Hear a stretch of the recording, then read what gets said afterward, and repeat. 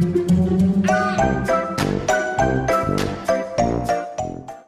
guys, Sandy here and welcome back to the channel. Today I am scrapbooking with some khaki cardstock as my base.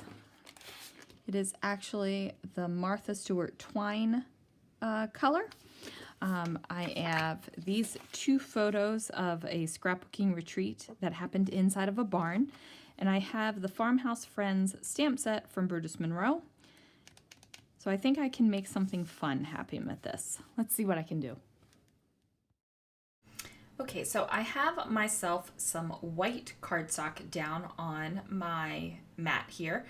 I have put the fence stamp off of the Farmhouse Friends stamp on a stamping block, and I am using the embossing ink. Now I am just going to go ahead and emboss all the way across here, and then I'm going to actually use the embossing powder. So I love embossing. It is magic. It is such a fun thing to do.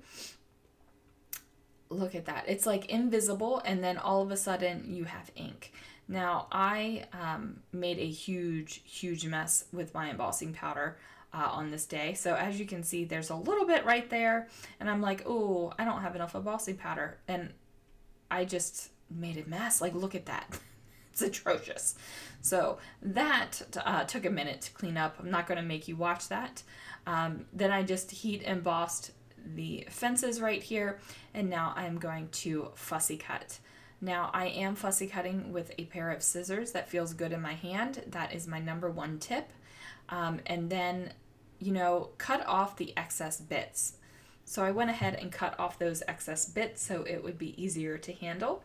And while I'm fussy cutting, I'm making sure that my cutting hand really isn't moving. I am using my opposite hand to move the paper, and basically my cutting hand is opening and closing my blades. Now, if these large scissors didn't feel too good in your hand, you can always grab a smaller pair of scissors. I do have a couple smaller pairs that I use when I really am getting into like the little delicate bits. So now I am just using a couple different cardstocks to build my layout here. I have a dark brown cardstock, a white cardstock, and a khaki cardstock. And then I pull out these 6x6 papers from the Weathered Wood collection. Now I did trim down my photos so that they are 5 3/4, and that way I can have a complete mat around my photos. Now this might not look like the inside of a barn because of the many paper crafting supplies that are in the photos, but I promise you we were in a barn for this retreat. And it was absolutely gorgeous. It had beautiful chandeliers on it. Like it was beautiful. So I'm going to go ahead and figure out where I want my layout to go, where I want the photos to go. And then I decided I needed to kind of jazz up this khaki color background. So I'm going to use the farm animals, and they are adorable. There's some pigs and some chicks, and my favorite is the sheep. Like the look on his face just makes me happy. So I'm using the embossing ink again, and what this is going to do is basically treat it like there's a watermark on the paper. So it's almost like you stamped with water, but it's going to stay that color. I did lay some heat on it with my heat gun just to help set it, and now as you can see, I have all the little animals in the background. So it is subtle, but it's still there. So I lay down my photos, and then I'm going to use this kind of framed bit of the Weathered Wood paper collection. And then I decided that this needed a little jazzing up as well. So I am going to grab this slimline stencil. Slimline stencils are fantastic. I know that they are all the rage right now in the card making world for slimline cards, but you know what? Stencils are stencils are stencils, and you can use them in any kind of paper crafting project you want. I am using the gilded glitter glaze here. As you guys know, I love me some glitter glaze. It just makes my heart happy. I did go ahead and use some purple tape on the edge right there so that it wouldn't go off on kind of like the framed area on my 6x6 paper. But I'm just going to go ahead and lay down the glitter glaze over top of the stencil. And I am going to do that on both sides of the paper. I don't realize that I'm going to need to do it on both sides of the paper until a little bit later on, but I do it on both sides of the paper. Now I do use one palette knife for all of my glitters. That way any glitter that stays stuck to the palette knife isn't going to transfer onto every single project. It's just going to transfer back onto a glitter project. Now I've gone ahead and put the barn in my Misty stamping tool, and I am using embossing ink on this as well. A lot of embossing ink going on this layout, you guys. I do it a couple times, and that's just because I want to make sure that I'm going to have great adhesion of my embossing powder.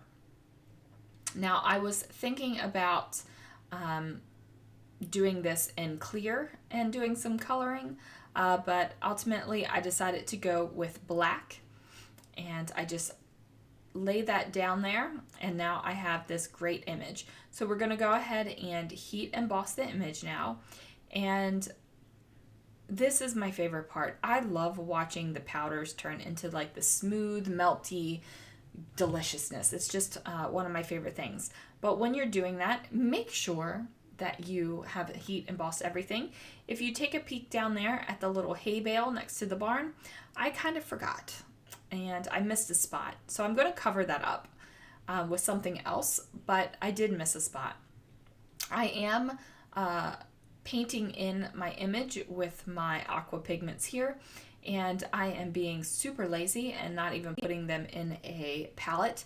The only thing I'm doing is kind of pulling up and dipping the brush into the color. So I went ahead and colored that all up. I love the way it turns out. I like the bright boldness of it. And now we're going to put it on our layout.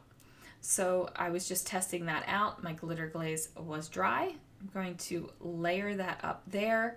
Oh, it's so pretty. It's so pretty. I just love it. So then we're going to put my barn and my fence down here. And I just needed to adjust the photo a little bit. It just felt a little bit off from the way I wanted it to set up. So I went ahead and did that. Now I'm going to adhere that down. And how awesome is that the fences are spanning that smaller amount right there. So this is where I decided to add in the second piece with the not embossing powder, with the glitter glaze. I am going to layer up my little barn now. We're going to put some adhesive on there. And then I am going to add a little flare badge from my stash, and it has a heart, like a crisscross heart on it. So that's just going to cover up the little piece of hay that I did not truly fully emboss. I also grabbed some acrylic hearts from my stash. I do have pops of white throughout the layout and felt like it needed just a little bit more of a pop of white. So I'm going to do it with these white hearts. And then that is going to do it for this layout, guys. Thank you so much for watching. All the links to the products that I used will be down below in the description. Make sure that you go ahead and hit that subscribe button. And then, of course, ring that bell so you get notifications every time a new video is uploaded to the channel.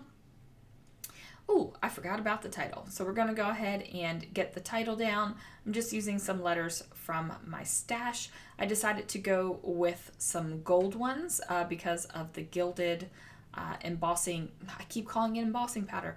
The gilded glitter glaze that I have going on. And then I am using some teal because the weathered wood kind of has a teal background in it. So here I was thinking I was finished with the layout and had completely forgotten about the title. And you know what, guys, that's okay. If you're scrapbooking, you don't always need a title on your layout. You can just make a beautiful page with your products. So that's it, guys. Thank you so much for watching. Thanks for joining me as I scrapbooked with some Brutus Monroe products today. And I will see you guys again real soon for another video.